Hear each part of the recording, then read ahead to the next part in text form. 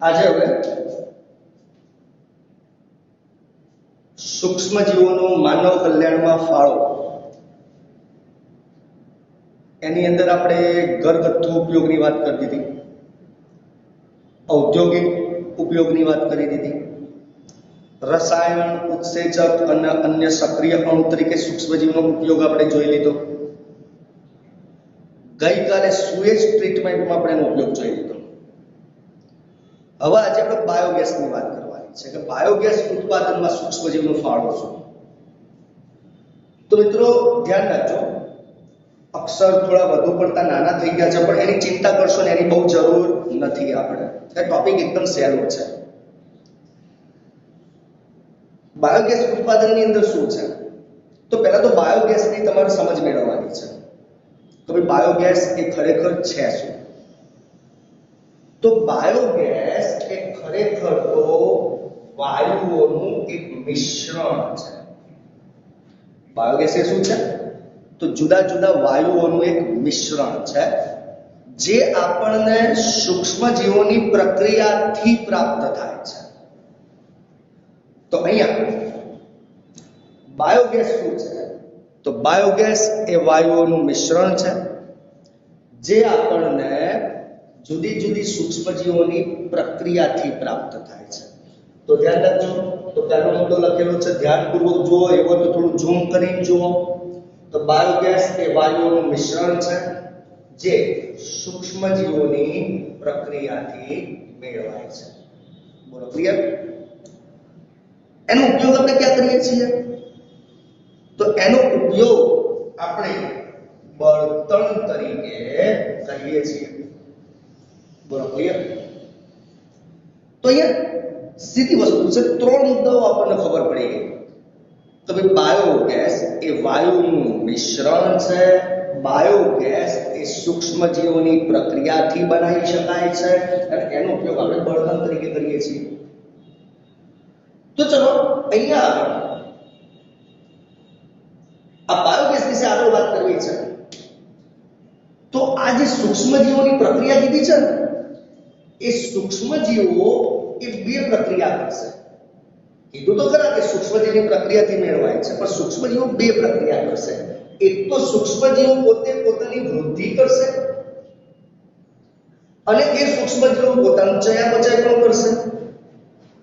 તો સૂક્ષ્મજીવની વૃદ્ધિ અને સૂક્ષ્મજીવનું ચયાપચય જ્યારે થાય ત્યારે અંતિમ નિપજ તરીકે તમને આ બાયોગેસ પ્રાપ્ત થાય છે.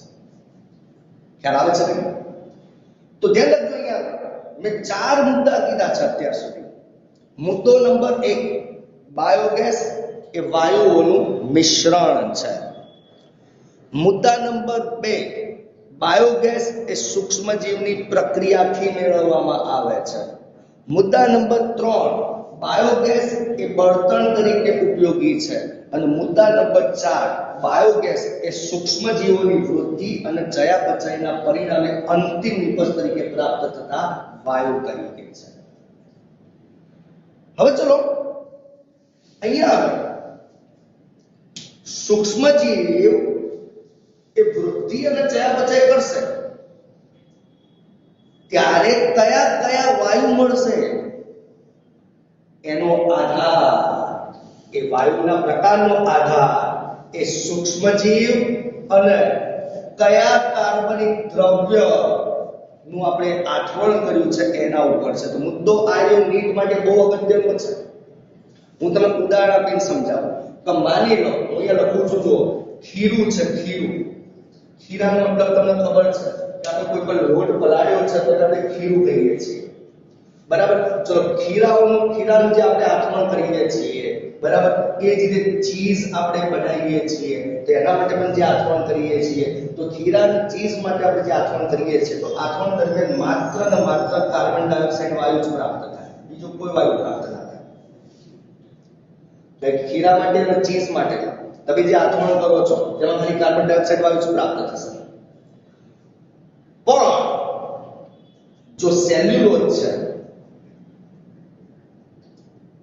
અને સેલ્યુલોઝનું આચરણ કરો છો તો તમને કાર્બન ડાયોક્સાઇડ અને મિથેન બે વાયુઓ પ્રાપ્ત થાય છે. એટલે જો પ્રક્રિયા તો સેમ છે, આથવણ પ્રક્રિયા સેમ છે, આથવણ પ્રક્રિયા. પણ ખીરા અને ચીઝ માટે આથવણ કરો છો તો માત્ર CO2 વાયુ પ્રાપ્ત થયો, અને સેલ્યુલોઝ ઉપર આથવણ કરો છો તો CO2 અને મિથેન બે વાયુ પ્રાપ્ત થયા. એનો મતલબ કે તમને કયો વાયુ પ્રાપ્ત થશે? શું માત્ર CO2 જ પ્રાપ્ત થશે કે પછી CO2 અને મિથેનનું મિશ્રણ પ્રાપ્ત થશે? એનો આધાર તમે કયા કાર્બનિક દ્રવ્યનું વિઘટન કર્યું એના ઉપર રહેલો છે. એનો મતલબ કે આથવણના અંતે તમને જે વાયુ પ્રાપ્ત થાય છે તો કયા પ્રકારનો વાયુ પ્રાપ્ત થશે એનો આધાર એ કયા કાર્બનિક દ્રવ્યનું તમે વિઘટન કર્યું છે એના ઉપર છે. જો કાર્બનિક દ્રવ્ય તરીકે ખીરા અને ચીઝ નું જો તમે વિઘટન કર્યું હશે તો કાર્બન ડાયોક્સાઇડ જ પ્રાપ્ત થશે. પણ જો કાર્બનિક દ્રવ્ય તરીકે સેલ્યુલોઝનું આથવણ કર્યું હશે તો તમને કાર્બન ડાયોક્સાઇડ અને મિથેન પ્રાપ્ત થશે. એના બંનેના મિશ્રણને બાયોગેસ કહેવાય. હવે કાલના ટોપિક સાથે એને મેચ કરો. કાલે આપણે સ્વેટ ટ્રીટમેન્ટ પ્લાન્ટ ભણ્યા હતા તો એમાં બાયોગેસમાં 3 વાયુનું મિશ્રણ કર્યું હતું. યાદ કરો, કાર્બન ડાયોક્સાઇડ વત્તા મિથેન વત્તા H2S, એનો બાયોગેસ કીધું આપણે. જ્યારે આજે આપણે CO2 વત્તા મિથેનનો બાયોગેસ કીધો. તો સાચું શું? તો મિત્રો સાચું આ છે. તો બાયોગેસ એટલે કાર્બન ડાયોક્સાઇડ વત્તા મિથેનનું મિશ્રણ. ખરેખર કાલે જે CO2 વત્તા મિથેન વત્તા H2S હતું ને ભલે એને બાયોગેસ કીધો હતો પણ એને કહેવાય છે ખરેખર સુએજ ગેસ. એટલે નીટમાં પૂછાય તો બાયોગેસ એટલે શું? તો પહેલા આ વિકલ્પને પ્રાયોરિટી આપવાની. જો આ વિકલ્પ નથી આપ્યો તો તમારે પછી CO2 વત્તા CH4 વત્તા H2S એને પ્રાયોરિટી આપવાની. બરાબર? બાકી પહેલા CO2 વત્તા મિથેન એ જ બાયોગેસ. બરાબર? તો ચલો અહીંયા હવે તમને ખબર પડી ગઈ છે. જરા આટલું રિવિઝન કરી દઈએ. તો બાયોગેસ શું છે? તો બાયોગેસ એ વાયુનું મિશ્રણ છે. બાયોગેસ કઈ રીતે પ્રાપ્ત થાય છે? તો સૂક્ષ્મજીવોની પ્રક્રિયાથી પ્રાપ્ત થાય છે. બાયોગેસનો ઉપયોગ ક્યાં કરીએ છીએ? તેનો ઉપયોગ આપણે બળતણ તરીકે કરીએ છીએ. ચલો બાયોગેસ જેવા ગેસ કઈ રીતે ઉત્પન્ન થાય છે? તો સૂક્ષ્મજીવો જ્યારે વૃદ્ધિ અને ચયાપચય કરે ત્યારે અંતિમ નિપજ તરીકે વાયુઓ પ્રાપ્ત થાય છે. હવે કયો વાયુઓ પ્રાપ્ત થશે એનો આધાર કોના ઉપર છે? તો વાયુઓ કયા પ્રાપ્ત થશે એનો આધાર સૂક્ષ્મજીવના પ્રકાર, એટલે કે કયા સૂક્ષ્મજીવે આથવણ કર્યું અને કાર્બનિક દ્રવ્યના પ્રકાર પર રહેલો છે. ઉદાહરણ તરીકે જો તમે ખીરાનું આથવણ કરો છો, ચીઝ બનાવો છો તો માત્ર ને માત્ર CO2 વાયુ જ ઉત્પન્ન થાય છે. પણ જો તમે સેલ્યુલોઝનું આથવણ કરો છો એમાં અજારક બેક્ટેરિયા દ્વારા, યાદ કરો, અજારક બેક્ટેરિયા દ્વારા, બરાબર, સેલ્યુલોઝનું પાચન કરો છો અજારક બેક્ટેરિયા દ્વારા, તો તમને કાર્બન ડાયોક્સાઇડ વત્તા હાઇડ્રોજન પર લખવાનું સોરી વત્તા મિથેન 3 વાયુનું મિશ્રણ પ્રાપ્ત થાય છે. એ CO2 વત્તા H2 વત્તા મિથેન 3 વાયુનું મિશ્રણ પ્રાપ્ત થાય છે. તો એનો મતલબ આના પરથી સાબિત થઈ ગયો કે કયો સૂક્ષ્મજીવ એ કયા દ્રવ્યનું આથવણ કરે ત્યારે જુદા જુદા ગેસ પ્રાપ્ત થાય. જેમ કે સૂક્ષ્મજીવ તરીકે અજારક બેક્ટેરિયા હોય અને સેલ્યુલોઝનું આથવણ કરે તો કાર્બન ડાયોક્સાઇડ વત્તા મિથેન વત્તા હાઇડ્રોજનનું મિશ્રણ પ્રાપ્ત થાય, એને કહેવાય બાયોગેસ. અને જો માત્ર ખીરા અને ચીઝનું આથવણ થાય તો ઉત્પન્ન થાય ખાલી કાર્બન ડાયોક્સાઇડ. પણ હવે આપણે તો મોટે ભાગે બાયોગેસ ઉપર જ ફોકસ કરવાનું છે. તો ચલો હવે એના વિશે વાત કરીએ. તો બાયોગેસ ઉત્પન્ન કરવા માટે કયો સૂક્ષ્મજીવ જવાબદાર છે? તો તમને યાદ હોવું જોઈએ, આગળ ઘણી બધી વખતે આવી ગયું છે.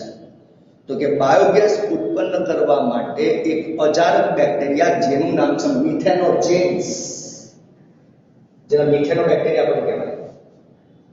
અને એ બેક્ટેરિયાએ આપણને સુએજ ટ્રીટમેન્ટમાં પણ મદદ કરી. યાદ કરો, પેલા અજારક સ્લજ ડાયજેસ્ટર ટાંકવું હતું, અજારક પાચક ટાંકવું, તેની અંદર આ જ મિથેનોજેન્સ બેક્ટેરિયા હોય. તો આ બેક્ટેરિયા તમને અહીંયા બાયોગેસ પ્લાન્ટમાં પણ કામમાં આવવાના છે. બરાબર? તો ચલો અહીંયા આપણે કયા બેક્ટેરિયાનો ઉપયોગ આપણે કરવાનો છે? તો અજારક બેક્ટેરિયા. એનું નામ શું? તો મિથેનોજેન્સ. હવે મિથેનોજેન્સ બેક્ટેરિયા ખરેખર હોય છે ક્યાં અને કઈ રીતે કામ કરે છે? તો ચલો હું તમને સમજાવું છું. એના પહેલા ચલો આટલો ફોટો તમે પાડી દો. પહેલા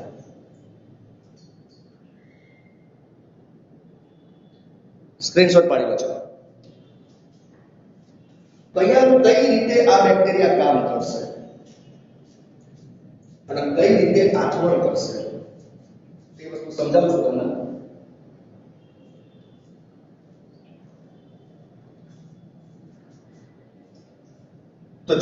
આપણે વાત કરી હતી કે બાયોગેસ ઉત્પન્ન કરવો છે તો મારે મિથેનોજિન્સ બેક્ટેરિયા વાપરવાના છે.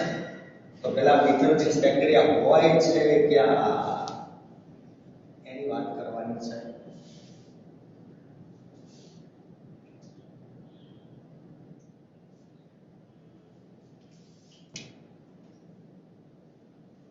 તો જો હું અહીંયા લખું છું કે આ પ્રકારના બેક્ટેરિયા એટલે કે મિથેનોજિન્સ બેક્ટેરિયા ઢોરના આમાશયમાં, એને રૂમેન પણ કહેવાય, માં હોય છે. બરાબર? ધ્યાન રાખજો. તો ક્યાં હોય છે ભાઈ? રૂમેનની અંદર હોય છે.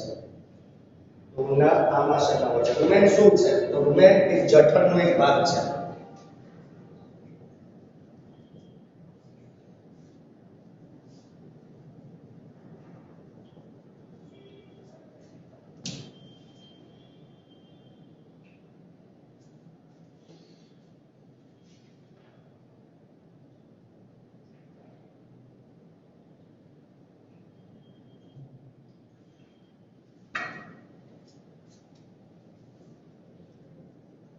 ચલો ધ્યાન રાખજો.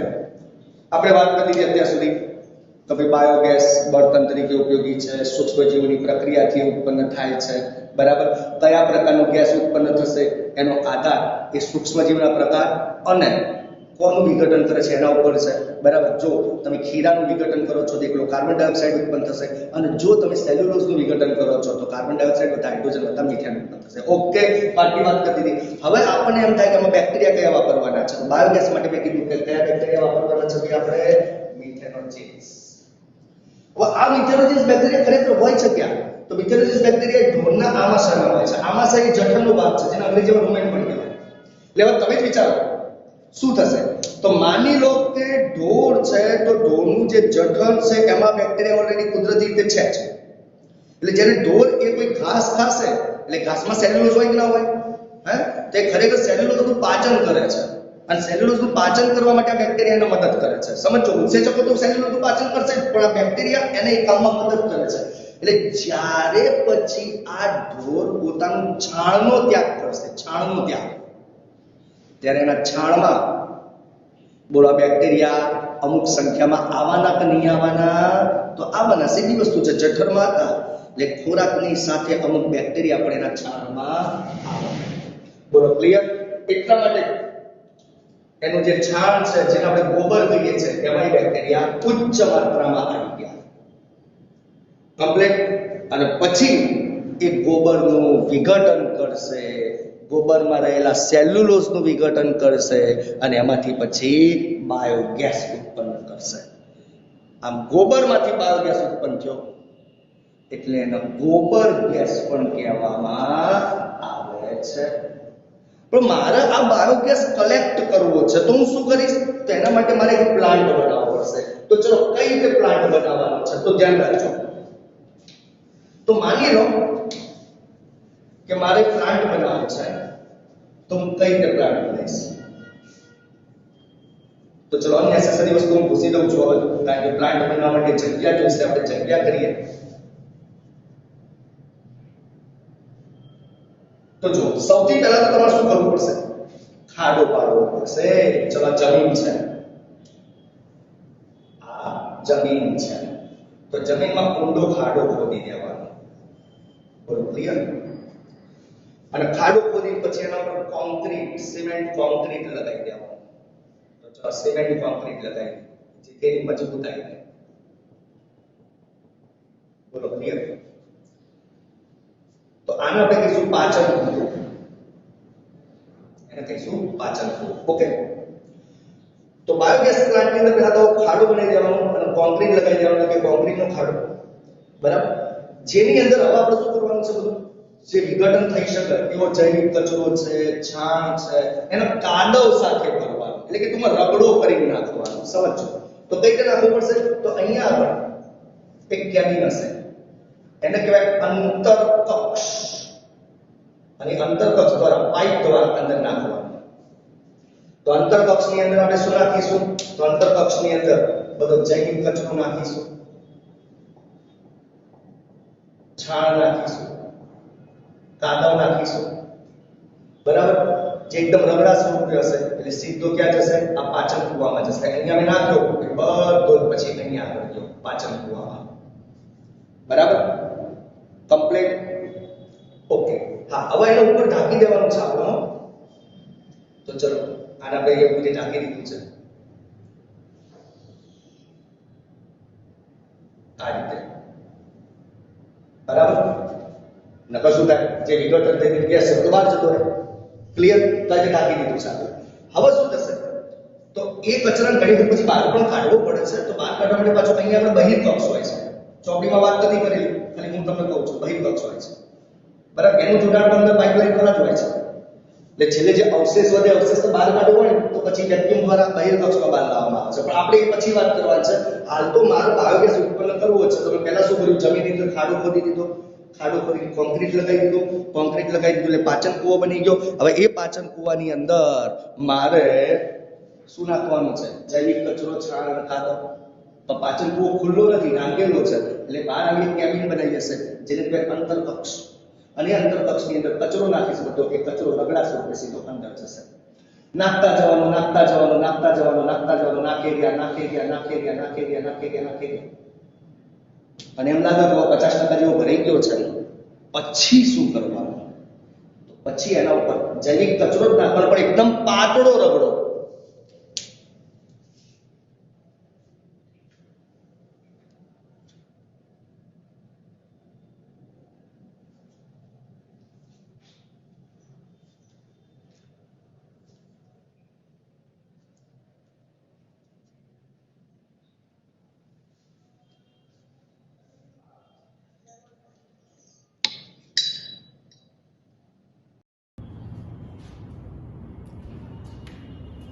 નમસ્કાર વિદ્યાર્થી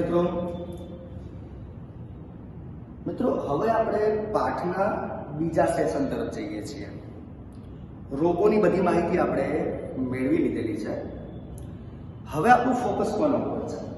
તો હવે આપણું ફોકસ છે નશાકારક પદાર્થ અને આલ્કોહોલના દુરુપયોગ. ચલો મિત્રો, નશાકારક પદાર્થ તરીકે તો ઘણા બધા નશાકારક પદાર્થો છે. તમને ખબર છે ઘણા લોકો કોફીન લેતા હોય છે, જેમ કે ડ્રગ્સ જેને કહીએ, બરાબર? સાથે સાથે આલ્કોહોલ લેતા હોય છે. તો આપણો પ્રશ્ન એ થાય તો લોકોને ખબર છે કે આ નશાકારક પદાર્થો પોતાની જાત માટે, પોતાના સ્વાસ્થ્ય માટે નુકસાનકારક છે, તેમ છતાં એનું સેવન કરતા હોય છે. તો કેમ? એની પાછળના કારણો શું છે? તો જો મિત્રો, હાલના સમયમાં કેવી પોઝિશન આવી ગઈ છે? તો હાલના તમારા જેવા જે યુવાનો છે એ યુવાનોમાં કેફી પદાર્થો અને આલ્કોહોલનું સેવન ખૂબ જ વધી ગયું છે, ખૂબ જ. અને એનાથી એના ઘણી વખતે નુકસાનકારક અસરો પણ થઈ રહી છે. તો કે આજનું જે યુવાધન છે આવા કેફી પદાર્થો તરફ, આલ્કોહોલ તરફ બહુ દોટ મૂકી દીધી છે અને એના કારણે ઘણી નુકસાનકારક અસરો થઈ ગઈ છે, બરાબર? તો પછી શું કરવું જોઈએ? આપણે એને કઈ રીતે કહેવું જોઈએ કે તો બધું રહેવા દે? તો યુવાનોને આ જે ભયજનક વર્તણૂક છે એનાથી સુરક્ષિત રાખવા માટે આપણે એને ચોક્કસ શિક્ષણ અને સલાહ આપવી જોઈએ કે જેથી એ પોઝિટિવ જીવનશૈલીને, તંદુરસ્ત જીવનશૈલીને અનુસરે. એટલા માટે તો આ ટોપિક આ ચેપ્ટરમાં મૂકવામાં આવ્યો છે કે તમે આડા રવાડે જતા હોય, તમે નશાકારક પદાર્થોના સેવન તરફ જતા હોય, તમે કેફી પદાર્થોના સેવન તરફ જતા હોય, ખ્યાલ આવે છે કે નહીં? તો એના કારણે તમને નુકસાન થવાનું છે. એટલા માટે તમારા જેવા યુવાનોના ભયજનક વર્તણૂકથી દૂર રાખવા માટે તમને શિક્ષણ આપવું પડશે, મારે તમને થોડી સલાહ આપવી પડશે કે જેથી તમે યોગ્ય જીવનશૈલીને અનુસરો. તો તમને પ્રશ્ન એમ થાય તો સાહેબ અમે બધા બહુ હોશિયાર છીએ, તોય ઘણી વખતે અમારા મિત્રો જે છે આવા નશાકારક પદાર્થોની પાછળ ધકેલાઈ જાય છે, એની આદત પડી જાય છે. તો કેમ? તો મિત્રો, ઘણા લોકો નશાકારક પદાર્થોના ચપાટામાં આવી જતા હોય છે. એના ઘણા બધા કારણો છે. એક તો કારણ છે તમારી ઉંમર. તમારી ઉંમર કિશોર અવસ્થાની ઉંમર કહેવાય, તરુણ અવસ્થાની ઉંમર કહેવાય. અને આ ઉંમરમાં તમને જાત જાતની જિજ્ઞાસાઓ થાય. તો ચલો સિગરેટ પીવાથી શું થતું હશે, દારૂ પીવાથી શું થતું હશે, આવી જાત જાતની જિજ્ઞાસા તમને શું છે, તમને જાત જાતનું સાહસ કરવાની ઈચ્છા થાય. બરાબર, તો ઉંમર જ એવી છે કે જેમાં જિજ્ઞાસા થાય, સાહસ થાય. બરાબર, કોઈ પણ ઉત્તેજના પ્રત્યે તમને આકર્ષણ થાય. સાથે સાથે આ ઉંમરમાં તમને જાત જાતના નવા નવા પ્રયોગ કરવાની ઈચ્છા થાય, પોતાના શરીર ઉપર પ્રયોગ કરવાની ઈચ્છા થાય કે ચલો સિગરેટ પીએ શું થાય છે, ચલો જોઈએ. તો આવા ઘણા બધા સામાન્ય કારણો છે જેનાથી તમે આલ્કોહોલ અને અન્ય નશાકારક પદાર્થોનું સેવન કરવા મજબૂર થઈ જાઓ છો. તો એક તો તમારી આ ઉંમર છે જે તમને નશાકારક પદાર્થો તરફ દોરી જાય છે. ઓકે, એ જ રીતે આ ઉંમર જ છે કે એ વખતે તમને કંઈક પ્રાકૃતિક જિજ્ઞાસાઓ થાય છે અને તમે એના તરફ પ્રેરિત બની જાઓ છો. બરોબર, ક્લિયર? કઈ રીતે? તો ધ્યાન રાખજો. તો આ ઉંમર એવી છે કે જેમાં તમે નશાકારક પદાર્થને ફાયદાની રીતે જુઓ છો. જેમ કે ટેન્શનમાં છું તો સિગરેટ પીશ તો મગજ શાંત થઈ જશે. પેટમાં દુખાય છે, ગેસ થઈ ગયો છે, બીડી સિગરેટ પીશ તો ગેસ નીકળી જશે. ઘણી વખત તમે સાંભળ્યું હશે કોઈને પથરી થઈ જશે તો કે બિયર લગાવી દે કે 1-2 બોટલ, પથરી નીકળી જશે. તો આવા નશાકારક પદાર્થોને તમે એક ફાયદાના રૂપમાં જોવો છો, જેના કારણે પણ હાલની જે આ સમસ્યા છે એ બહુ જટિલ બની ગઈ છે. તો બીજું કારણ કે બાળકની એક પ્રાકૃતિક જિજ્ઞાસા હોય છે જેનાથી એ પ્રેરિત થાય છે અને નશાકારક પદાર્થ અને આલ્કોહોલના પ્રભાવને ફાયદાના રૂપમાં જોવે છે. આવું કરીશું તો કે આમ ફાયદો થશે, આવું કરીશું તો આમ ફાયદો થશે, ડ્રગ્સ લઈશું તો ટેન્શન જતું રહેશે, એક ફાયદાના રૂપમાં જોવે છે. બરાબર, એટલે સમસ્યા બહુ જટિલ બની ગઈ છે. બરાબર. નંબર 3, નશાકારક પદાર્થની ટેવ પડવા પાછળનું કારણ નંબર 3. તો ઘણી વખત આપણી સામે કોઈ સમસ્યા આવી જાય, કોઈ પ્રોબ્લેમ આવી જાય, કોઈ ટેન્શનકારક ઘટના આપણા કુટુંબમાં ઘટી જાય, તો એ સમસ્યાનાથી નાસી ભાગવા માટે, સમસ્યાથી છુટકારો મેળવવા માટે, એ સમસ્યાને ભૂલવા માટે પણ ઘણા લોકો નશો કરતા હોય છે. ચલો, એ જ રીતે ચોથું કારણ, તમારા ઉપર ઘણા બધાનું પ્રેશર હશે, મમ્મી પપ્પાનું પ્રેશર હશે, સગા સંબંધીઓનું પ્રેશર હશે, અમારું શિક્ષકોનું પણ પ્રેશર હશે કે ભાઈ ભણો ભણો. પણ ભાઈ દરેકની બુદ્ધિ સરખી નથી હોતી. એટલે ઘણી વખત કોઈ વિદ્યાર્થી પર બહુ પ્રેશર હોવા છતાં એ પરીક્ષામાં કે ભણતરમાં ઉત્કૃષ્ટતા બતાવી નથી શકતો. ગમે તેટલું વાંચો છો પણ દરેકનું માઇન્ડ સરખું ના હોય એટલે ટેસ્ટમાં માર્ક્સ નથી આવતા, પરીક્ષામાં માર્ક્સ નથી આવતા, એટલે એના કારણે બધા જ લોકો તમને ટોર્ચરિંગ કરશે. તો એવા સમય પછી તમે તણાવ અનુભવો છો અને તણાવથી છુટકારો મેળવવા માટે પણ કેફીન પદાર્થ અને દારૂનું સેવન કરતા હોય છે. બરાબર, તો આવા બધા કારણો છે. જેમ કે મેં અહીંયા સુધી 4 કારણોની ચર્ચા કરી દીધી. તમે જિજ્ઞાસા, સાહસ, ઉત્તેજના પ્રત્યે આકર્ષણ અને પ્રયોગ કરવાની ઈચ્છા આ ઉંમરમાં તમને થાય છે એટલે પણ તમે એનો ભોગ બની જાઓ છો. એ જ રીતે બીજા નંબરે કારણ એવું કીધું કે બાળકની પ્રાકૃતિક જિજ્ઞાસા એને આવું કરવા માટે પ્રેરે છે. એ નશાકારક પદાર્થોને ફાયદાના રૂપમાં જોવે છે અને એના કારણે પણ એ નશાકારક પદાર્થોની પાછળ દોટ મૂકી દે છે. ઘણી ઘણી કોઈ સમસ્યાથી નાસી છૂટવા માટે પણ નશો કરે છે અને ઘણી ઘણી ભણતર અને પરીક્ષામાં ઉત્કૃષ્ટતા ના બતાવી શકે તો પણ તે નશાકારક પદાર્થોનું સેવન કરતો હોય છે. ઓકે, ચલો. હા, હવે 5મું કારણ જે છે ને એ બહુ અકવડ કારણ છે.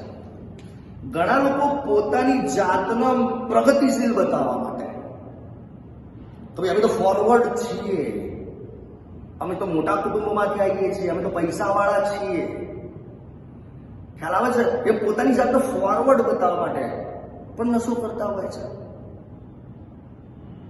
પોતાની જાતને કૂલ બતાવવા માટે, ધીર ગંભીર કૂલ, સિગરેટ પીવી એમાં શું થઈ ગયું? એ તો ખાલી ફેશન છે એમ. પોતાની જાતને કહેવાય કે ઉત્કૃષ્ટ બતાવવા માટે પણ નશો કરતા હોય છે. ઘણી વખત તમે જોવો છો સ્કૂલ કોલેજ આગળ ઘણા છોકરાઓ બાઇક ઉપર ટાંટ્યા લાંબા કરી બેઠા હોય અને સિગરેટ ફૂંકે જતા હોય, આજુબાજુ 50 જણા જોતા હોય તો કોઈ એમને ફરક નહીં પડતો. એ પોતાની જાતને એડવાન્સ સમજતા હોય. સિગરેટ પીવી એ તો ક્યાંથી ફેશન છે, દારૂ પીવું ફેશન છે, કે હાયર સોસાયટીમાં રહેતા હોય તો કે દારૂ તો પીવો જ પડે ને. મારા ફાધર તો મોટા બિઝનેસમેન છે, એમને ઘણા બધા લોકોની સાથે બેસવાનું હોય, ઉઠવાનું હોય તો પાર્ટીઓ તો કરવી જ પડે, બરાબર, દારૂ તો પીવો જ પડે. તો પોતાની જાતને કૂલ સમજતા હોય છે, ખ્યાલ આવે? અને એના કારણે પણ એ નશાકારક પદાર્થનો ભોગ બનતા હોય છે. જો લખ્યું છે 5મા નંબરનું કારણ જો તો ઘણા લોકો નશો કરો એટલે ધીર ગંભીરતાને પોતાની સાથે કુલ સમજતા હોય, કાયમ કુલ. સિગરેટ પીવામાં શું થઈ ગયું કે પોતાની પ્રગતિશીલતાનું પ્રતીક માનતા હોય છે, પોતાની સાથે ફોરવર્ડ માનતા હોય છે. તમે 12મું ધોરણ ભણી પછી તમે જોજો, બહાર કોલેજ કરવા માટે જશો, મોટી મોટી સિટીમાં જશો તો છોકરીઓ સિગરેટ પીતી હશે, છોકરાઓ સિગરેટ પીતા હશે. પ્રોફેસર આવે છે, જોવે છે, કોઈ વાંધો નહીં. કેમ? તો પોતાની જાતને મોટી સિટીનું માને છે. ભાઈ અમે તો સુરતના છીએ, અમે તો બરોડાના છીએ, અમે તો બોમ્બેના છીએ, અમારે તો બધું કોમન છે. એમ પોતાની જાતે કુલ અને પ્રગતિશીલતાનું પ્રતીક માની પણ એ લોકો કરતા હોય છે. એ જ રીતે ઘણા લોકો ટીવી સિરિયલની અંદર, ઇન્ટરનેટ ઉપર આવી વસ્તુની એડ જોઈ પણ પ્રભાવિત થાય છે. સલમાન ખાન સિગરેટ પીવે છે, કેવો મસ્ત લાગે છે, ચલો આપણે સિગરેટ પીએ. કબીરસિંહ પિક્ચર આવ્યું, કેટલાય લોકો સિગરેટ પીતા કરી દીધા ભાઈ. આખા પિક્ચરમાં સિગરેટ પીતો દારૂ પીતો જ બતાવ્યો છે. તો એને તમે કોપી કરવા જાઓ છો, એને તમે રોલ મોડેલ માનો છો, એ જેવું કરે છે એવું કરવા જાઓ છો, બરાબર? આવી રીતે ઘણી વખત ટેલિવિઝન, ચલચિત્ર, સમાચાર પત્ર એટલે કે ન્યૂઝપેપર અને ઇન્ટરનેટની અંદર જ્યાં જાહેરાતો આવે છે, જો કે આવા જાહેરાતો પર પ્રતિબંધ મૂકી દીધેલો છે આવી જાહેરાત કરવા ઉપર, તેમ છતાં એની અંદર કોઈ સીન બતાવે છે તો જેનાથી તમે પ્રેરિત થાઓ છો અને એનાથી પણ આપણે ત્યાંથી પદાર્થોનું સેવન કરવા માટે પ્રેરિત રહે છીએ. ચલો સાથે સાથે અન્ય કારણો લઈએ તો ઘણાના કુટુંબમાં બહુ ઝઘડા થતા હોય. રોજ સવાર પડે મમ્મી પપ્પા વચ્ચે ઝઘડો, દાદી મમ્મી વચ્ચે ઝઘડો, એટલે આપણું મગજ ડિસ્ટર્બ થઈ જાય. ઘણી વખત મમ્મી પપ્પા વચ્ચે છૂટાછેડા થઈ ગયા હોય એટલે કુટુંબમાં પણ અસ્થિરતા હોય. તો અહીં કોઈ કુટુંબની અસ્થિરતા છે.